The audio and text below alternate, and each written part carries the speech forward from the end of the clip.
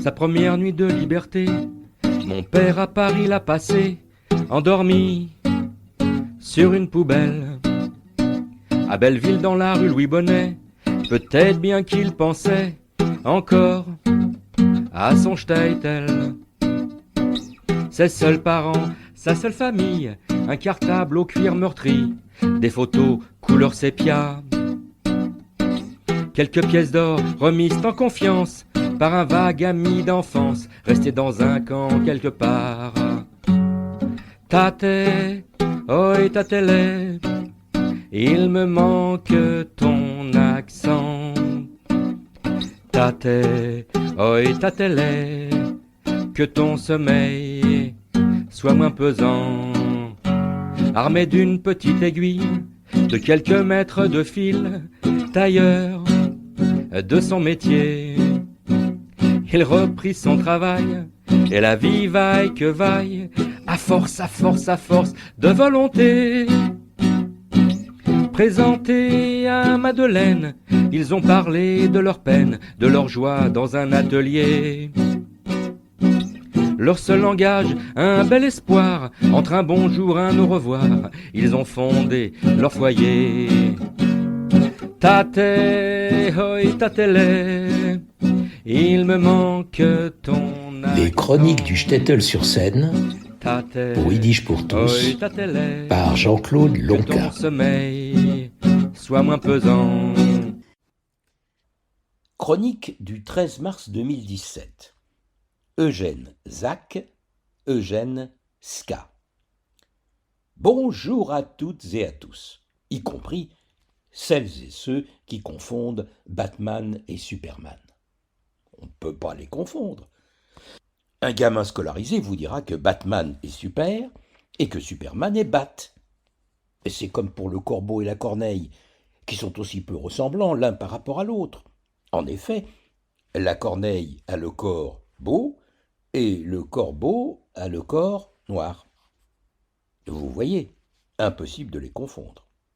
Alors, bienvenue à toutes et à tous dans mon faux musée, ce qui me donne l'occasion de vous parler d'Eugène Ska et de dire que j'aimais les chroniques peinturluresques de Daniel. C'était un pauvre gars qui s'appelait Eugeniusz. Il n'avait pas de papa à l'âge de 9 ans, mais encore sa maman. Comme Amedeo Clemente Muglignani, c'est en 1884 qu'il voit le jour. Mais lui, c'est à Magilno, en Russie, à une autre époque. Et depuis que tout le monde est devenu copain, le bled est en Kouïavie-Poméranie, dans le centre de la Pologne. En 1884, Mwanga II succède à Mutesa Ier comme souverain du Bouganda, actuellement l'Ouganda. J'ai une grande joie, rien que de penser que vous venez de l'apprendre en m'écoutant. Et je rajoute que cela nous démontre qu'il a fallu des révolutionnaires laïcs et démocrates d'Europe pour que disparaissent tous les rois africains. Concernant les Yids de l'Empire russe, est créé un nouveau statut des universités. Suppression de l'autonomie universitaire, interdiction du droit d'association des étudiants, renforcement du pouvoir des curateurs, limitation de l'enseignement supérieur féminin. Tout ça pour montrer qui c'est le chef qui s'écrit entre deux testicules. Maginot est un shtetl sans pas grand-chose, comme la ligne Maginot. Alors Mameska part d'abord à Kiev, mais les portes de Kiev, ce n'est pas assez. Alors elle part s'installer à Varsovie. Le Ingele est doué pour les études, et voilà qu'il se met en tête de peindre. Il lit énormément sur les peintres, et voilà que tout se passe à Paris. Il a 16 ou 17 ans, il prend son baluchon et gagne la capitale française en l'année 1904. Et il devient Eugène, et là où on va Eugène, il y a du plaisir. Le problème avec les articles sur le net, c'est que certains sont contradictoires. Impossible de savoir s'il vient en France en 1900, 1901, 1902, 1903 ou 1904. Pour les uns, il entre à l'école des Beaux-Arts à Paris en 1900, tel un Mozart du pinceau. Pour les autres, c'est en 1902. En 1903, il visite Rome et Florence, et même Munich, où il s'inscrit à l'école royale des Beaux-Arts, mais il ne supporte pas la bière ni les shorts en peau de chamois, alors il revient vers la Tour Eiffel. A priori, il expose à Paris en 1904 au Salon d'automne. On dit de lui que dans ses premières toiles dénote un souci de naïveté et de stylisation esthétique qui reste encore très éloigné du langage pictural qu'il développera quelques années plus tard. Bref, il vend lui aussi au Rothschild, ce qui fait que les familles nanties s'intéressent aussi à lui. Il a malgré tout le temps, entre 1906 et 1908, de visiter la Bretagne fréquemment. C'est qu'il doit gagner tout de même pas mal de blé pour autant voyager.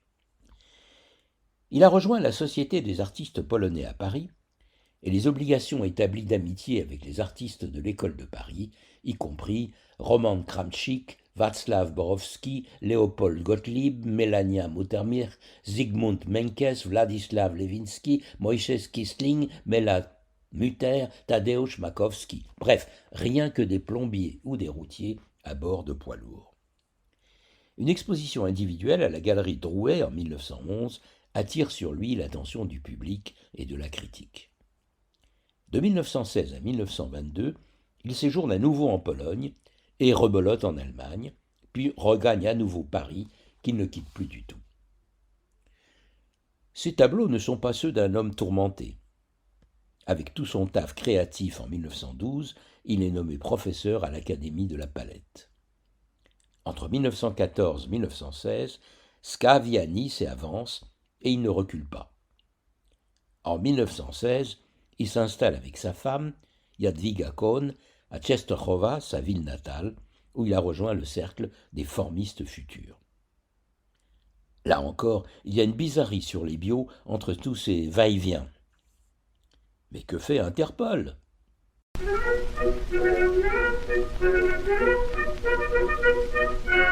Je vous demande pardon, messieurs, dames, d'avoir l'air inquiet et confus. C'est que j'ai perdu, oh quel drame, la sonde à quoi je tenais le plus. C'est pas envoyé mon bon ange, ni des bisous, ni ma vertu, car ça, encore y en a leur change.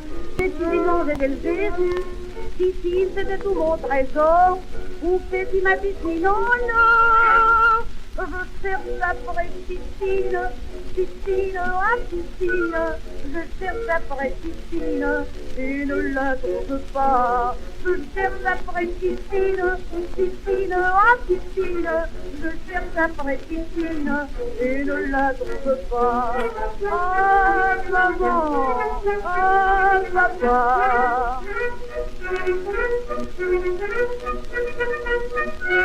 Je la cherche partout sans trêve, la nuit, le matin, le tantôt, et les deux leçons de mes rêves, aussi l'autre jour dans le métro, entassés comme des sardines, près d'une dame, j'étais debout, lorsque j'entendis ma voisine, crier pour qui me prenez vous, votre main bouscule le pot de fleurs, que faites-vous la ville imposteur? Je cherche après piscine, piscine, ah piscine. Je cherche après piscine et ne la trouve pas. Je cherche après piscine, piscine, ah piscine. Je cherche après piscine et ne la trouve pas. Oh maman, oh papa.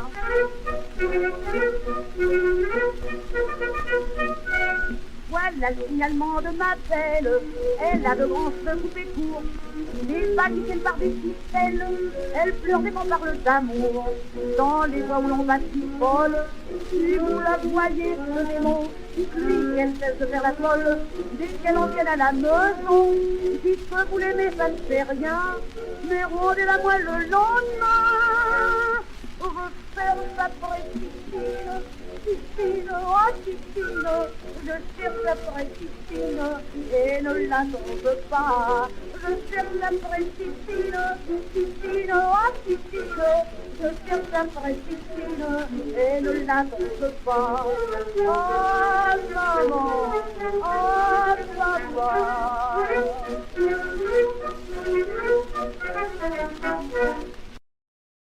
C'était Je cherche après Titine, un grand succès populaire de 1923, interprété par Emma Liebel, surnommée la reine de la chanson réaliste à l'époque. Il y a de la tendresse, de l'harmonie, de la douceur dans sa palette. Dans les couleurs, il emprunte sans doute à Tintoret avec des touches de vert bronzé, de rose vineux, d'argent saumonné, de bleu poudré, mais avec quelque chose de dilué et d'éteint, comme un estompage de fortes couleurs du maître. Oui, je me suis documenté, je n'ai que ça à faire entre un épisode de New York Police Département et d'Alerte Cobra. Dans ces beaux jours, Ska commence à transformer ses techniques de peinture à l'aide de peintures spéciales de pétrole qui ont donné l'effet de mat et des tons clairs semblables à celui de la tempera. C'est une technique particulière de peinture. Ses amis l'affublaient d'un diminutif en yiddish, Kleine Ska. Parmi ses expos, il est à la tête d'un mouvement dont je n'ai jamais entendu parler, celui des rythmistes, à cause des mouvements qui transpirent dans leur peinture, où apparaissent des constructions, où les masses générales, les plans, les volumes, les contours se répondent les uns aux autres et où la même courbe enlace les figures, les paysages. Les combinaisons sans fin de couleurs occasionnent des états émotifs de bien-être ou de malaise. Il ordonne ses surfaces avec délicatesse et subtilité, afin d'émouvoir de la même manière qu'un musicien ou un poète qui ont le rythme dans la peau. Mais où les critiques vont chercher tout ça? Travailleur infatigable, il visite Bonn, qu'il a à la bonne. Cologne, qu'il visite de haut en bas, et en Allemagne, il bosse même pour le magazine Deutsche Kunst und Dekoration. Il a côtoyé en toute amitié Marc Chagall, Amedeo Clemente Modigliani, Chaim Toussaint pour manger du gefilte fish et boire de la vodka ensemble au cabaret Le Rasputin. Mais hélas, la vie d'Eugène sera courte. Il meurt à Paris en 1926 et cette année-là, on a la joie de savoir que l'Allemagne et la Russie signent un traité à Berlin qui est un pacte de non-agression. Tout le monde se réjouit de cette entente fraternelle et conviviale, sauf que l'Allemagne ne respectera pas son engagement d'envoyer régulièrement à Staline son paquet de bretzels hebdomadaires. On sait tous ce que ce refus va apporter. Eugène Ska est un artiste qui a marqué en peu de temps la peinture et laissé son empreinte. Il est dommage de ne pas trouver une bonne bio. Je ne sais pas pourquoi il est mort si jeune, ni où il est enterré. Merci de m'avoir suivi dans mon faux musée et à bientôt pour une future visite. Papa me disait, mon fils, ces balles, ces feux d'artifice et tous ces spectateurs, c'est pour louer ta venue et le chemin que j'ai parcouru. Papa, t'étais un beau conteur. Tate, oi, tatele, il me manque ton accent. Tate, oi, tatele, que ton sommeil soit moins pesant. Quand maman s'en est allée, après 20 ans à tes côtés, ce fut comme un coup de poignard. Tu n'osais pas me rapporter toutes tes frayeurs passées, tu faisais des cauchemars. Entre tes nuits et le brouillard, je venais te réveiller afin d'apaiser ta fièvre. Après une tasse de thé, tu venais pour m'embrasser, je voulais te donner mes rêves. Tate, oi, tatele, il me manque ton accent. Tate, oi, tatele, que ton sommeil soit moins pesant.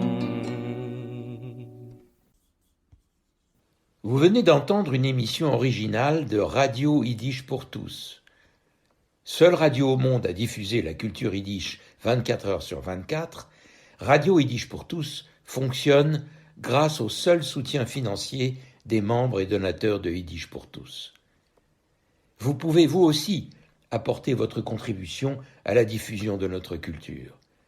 Pour cela, rendez-vous sur notre site www.yiddishpourtous.org www.yiddishpourtous en un seul mot, .org